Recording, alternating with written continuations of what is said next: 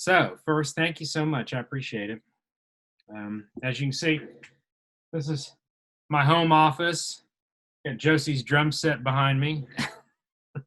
Well, I'm not going to pan my messy bedroom. I can That's tell all you right. that That's right. okay. So I'll tee you up a little bit with the first question. So, you were feeling sick for some period of time, and you decided to go to the hospital and you drove to the emergency room. Tell me about that experience from the perspective of you're out of the car, you've parked, I guess.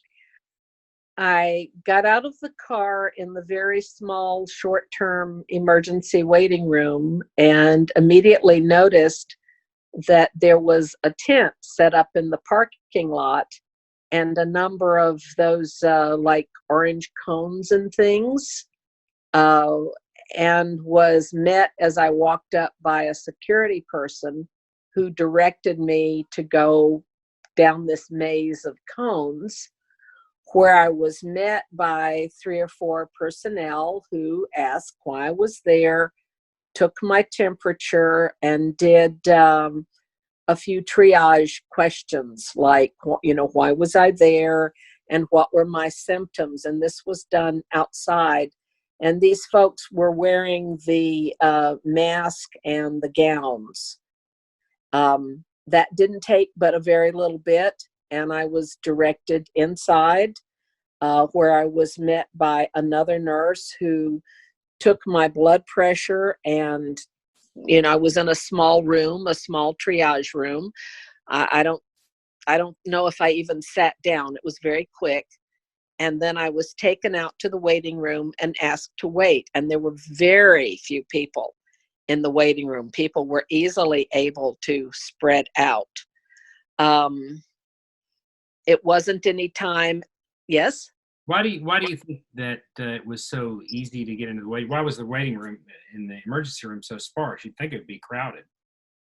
I don't know. I wondered if a particular portion of the waiting room had been set aside for folks with respiratory things, but I never asked. I just know that there were only a couple of people in there. So whether I was taken to a particular part or whether that's just the way it was, I don't know. Let's talk about what it was like once you were admitted and you got into the isolation ward area. Okay. I was put in what was essentially a hospital room, although quite small, but it was just your basic room with the bed and a sink and a small bathroom, off the door. Off the side. It was set up so that the monitors that had been applied in the emergency room, the ones that would track my heart rate and my oxygen level, could be plugged in. And they told me I was being followed by remote telemetry, which is something that's done in the hospital anyway. But somebody someplace was watching my heart tracing and my oxygen. And I had an IV, an infusion pump, and a nurse came in pretty briefly and introduced herself and took my blood pressure and stuff, showed me where the call light was, and left. That's So, what were the medical professionals like? I mean, you said they were gowned up, right? Describe that. they had on paper gowns, gloves, hats, caps, surgical caps. I'm trying to remember. I can't remember if they had on goggles or not. Eye protection. I can't remember. I don't think so. But I did notice that the masks that they were wearing were the N95 respirator masks. Because after a while, I checked that out. They would come in completely gowned up, and then they would remove their protective gear at the door and stash it in the trash can that was by the door and back out. But they always came in completely gowned up. And you didn't see them very often, right? I did not. And one or two said, "We're not trying to neglect you," but I was told that I was more self-sufficient than most folks, and so they really didn't have to come in. I mean, I wasn't calling them much. I wasn't on oxygen, and I could get myself to the bathroom and back. So while they came in to draw labs, or one time one very kindly changed my IV because it was in a really uncomfortable place, and she offered to put it somewhere else. For the most part, they did not stay for very long at all, and they came in very little and said, "We're not neglecting you. It's just that you're okay." Talk a little bit about the workload you saw that they were under and how they were performing under that workload. Well, it appeared to me that they were doing the usual 12-hour shifts. In a day, typically there was one nurse, from morning until that night, and then one nurse throughout the night. They were friendly, but several of them said, as they came in, "We hope you're doing okay.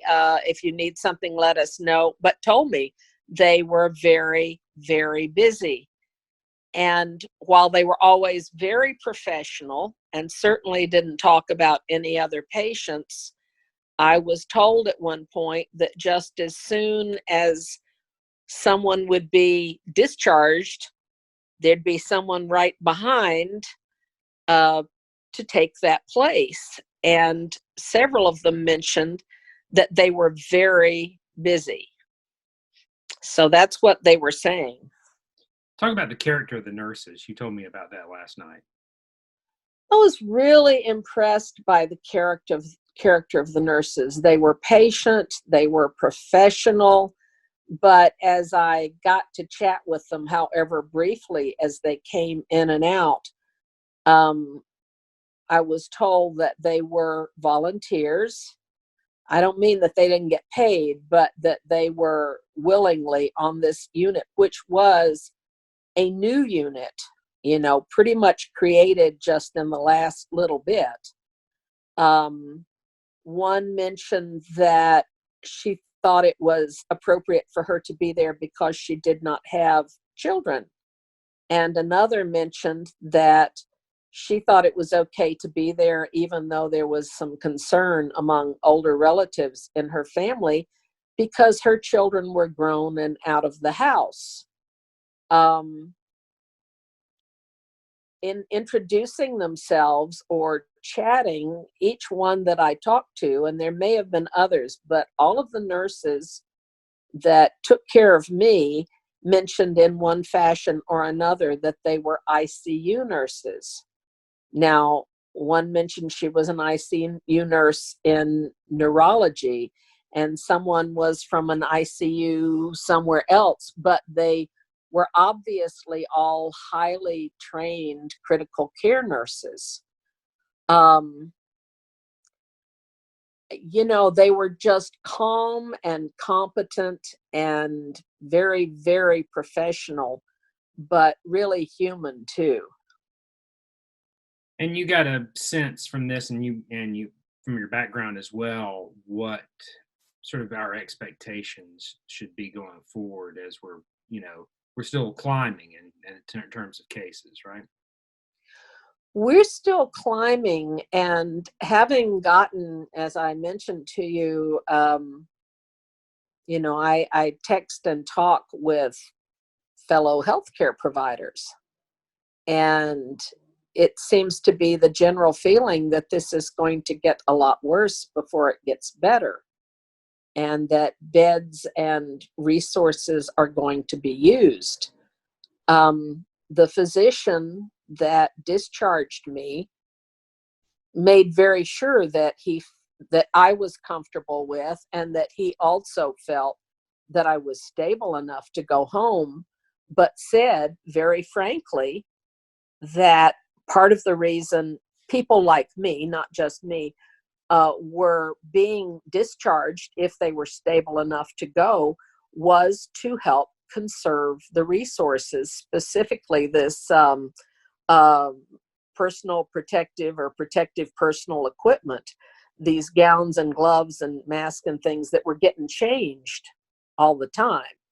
I don't know that the masks were getting changed, but the gloves and the gowns that were being taken off, in order to have them available when people were taking care of sicker patients. And that made sense to me. I did not feel neglected. How's your quarantine going? How are you feeling, and how has it been, the last couple of days quarantined?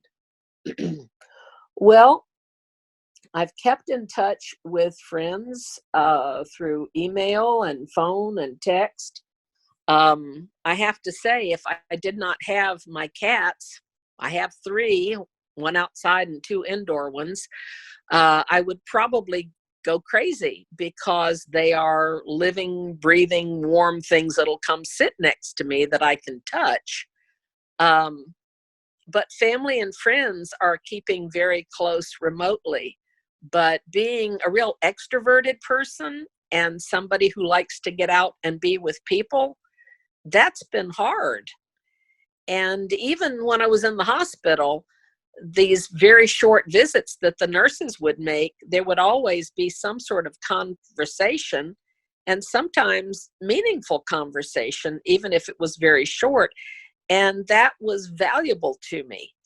So I'm doing okay in quarantine, but I don't like to think that it could last very long. In my mind, I'm hoping, well, this will be a few days and then I'll be out again. I hope. I hope so too. Well, and I hope you get to feeling better too. And that's it's bad enough in good times being sick for 10 days, but Yeah. The not knowing and everything, it's just an added unfairness to the situation, I think.